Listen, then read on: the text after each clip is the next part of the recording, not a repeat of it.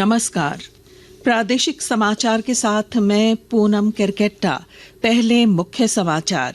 Jharkhand high court ने ED के समन की अवहेलना मामले में मुख्यमंत्री हेमंत सोरेन से मांगा जवाब, दिया 4 हफ्ते का समय।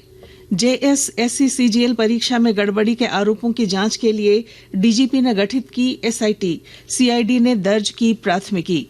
ईपीएफओ की केंद्रीकृत पेंशन भुगतान प्रणाली शुरू, अब लोग किसी भी बैंक से प्राप्त कर सकेंगे अपनी पेंशन। रांची समेत राज्य भर में कड़ाके की ठंड का सिलसिला जारी, लगातार तीसरे दिन कई जिलों में 10 डिग्री सेल्सियस से नीचे रहा पारा।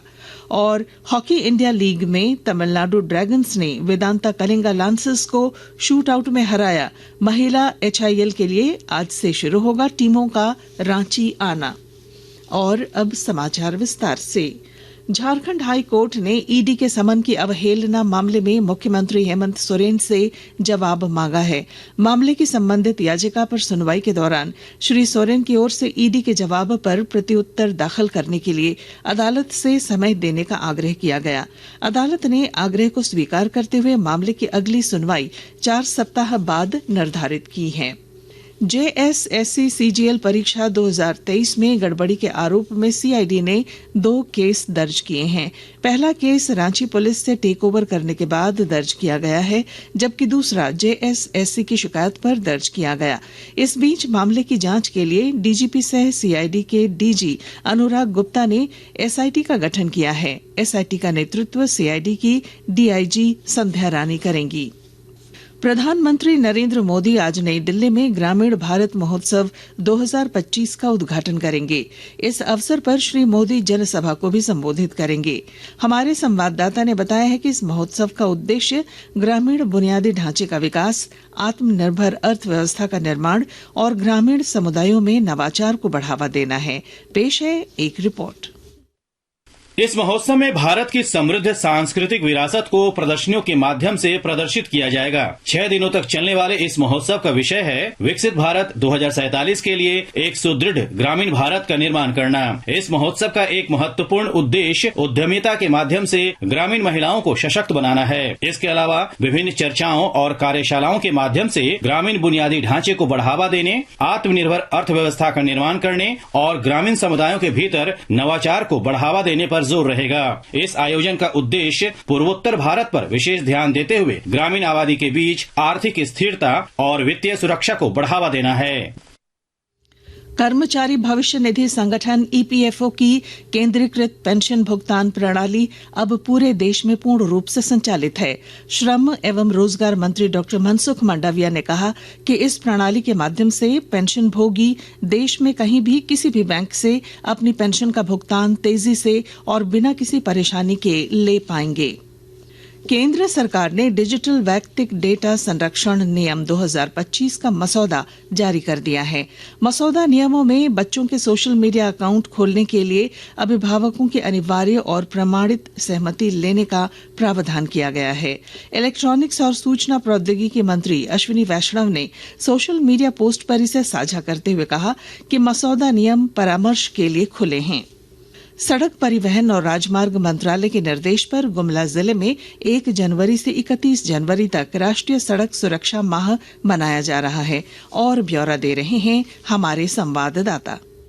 सड़क परिवहन और राजमार्ग मंत्रालय द्वारा हर वर्ष राष्ट्रीय सड़क सुरक्षा माह मनाया जाता है। इस वर्ष 1 जनवरी से 31 जनवरी तक राष्ट्रीय सड़क सुरक्षा माह मनाया जा रहा है। इस अभियान में परिवहन विभाग द्वारा सड़क दुर्घटनाओं को रोकने, यातायात नियमों का पालन कराने और वाहन चालकों को जागरूक करने के लिए अभियान चलाती है। इस अभियान में विविध कार्यक्रम होंगे, जिसमें रैली, नुक्कड़ नाटक, निबंध प्रतियोगिता, क्विज प्रतियोगिता, सघन वाहन चेकिंग तथा अन्य अभियान चलाए जाएंगे। नरेश कुमार, आकाशवाणी समाचार, गुमला। आकाशवाणी के ताजा तरीन समाचारों के लिए आप हमारी वेबसाइट newsonair.gov.in पर लॉग ऑन कर सकते हैं। ताजा समाचार x handle @AIR News Alerts और Facebook page all India radio news पर भी उपलब्ध है।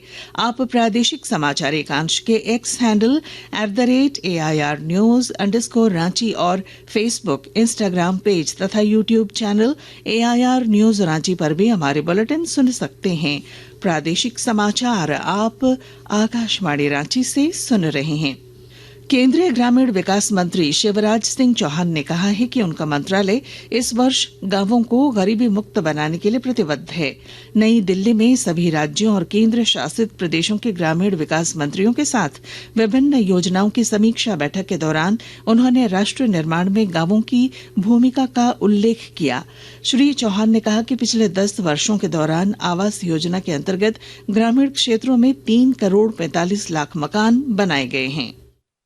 ग्रामीण क्षेत्र में प्रधानमंत्री आवास योजना, मैं आंकड़ों में नहीं जा रहा, 10 सालों में 3.45 करोड़ घर निर्मित किए गए हैं और घर पूर्ण किए जाने का जो समय था वो भी घटा है। पहले औसतन 314 दिन में घर बनता था, अब 114 दिन में घर बनाया जा रहा है। मैं इसके लिए आप सबको बधाई देता हूँ। मौसम। राजधानी रांची समेत राज्य भर में कड़ाके की ठंड का सिलसिला जारी है। लगातार तीसरे दिन कई जिलों का न्यूनतम तापमान 10 डिग्री सेल्सियस से नीचे रहा। मौसम विभाग के अनुसार पहाड़ों पर हो रही बर्फबारी और वहां से आ रही बर्फीली हवाओं के कारण राज्य में कड़ाके की सर्दी पड़ रही है। पिछले 24 घंटों के दौरान सबसे कम 5.3 डिग्री सेल्सियस तापमान खूंटी जिले का दर्ज किया गया है। मौसम विभाग ने कल से आसमान में बादल छाने और ठंड से थोड़ी राहत मिलने की संभावना व्यक्त की है। हॉकी इंडिया लीग में कल रात राउरकेला में तमिलनाडु ड्रैगन्स ने वेदांता कलिंगा लांसर्स को शूट आउट में हरा दिया। ड्रैगन्स ने 2 बार पिछड़ने के बावजूद निर्धारित समय में स्कोर 2-2 से बराबर कर लिया और शूट आउट में वेदांता को 6-5 से हराकर एक महत्वपूर्ण बोनस अंक हासिल किया।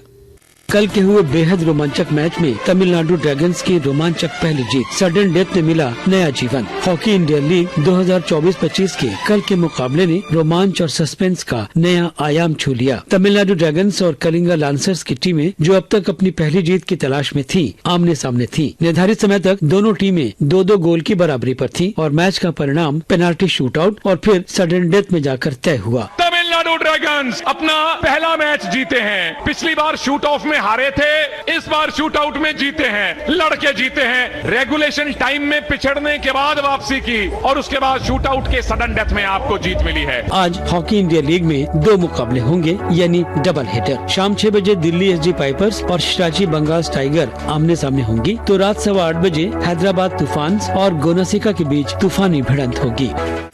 इधर रांची में 12 जनवरी से शुरू होने वाले महिला हॉकी इंडिया लीग की तैयारियां लगभग पूरी कर ली गई हैं।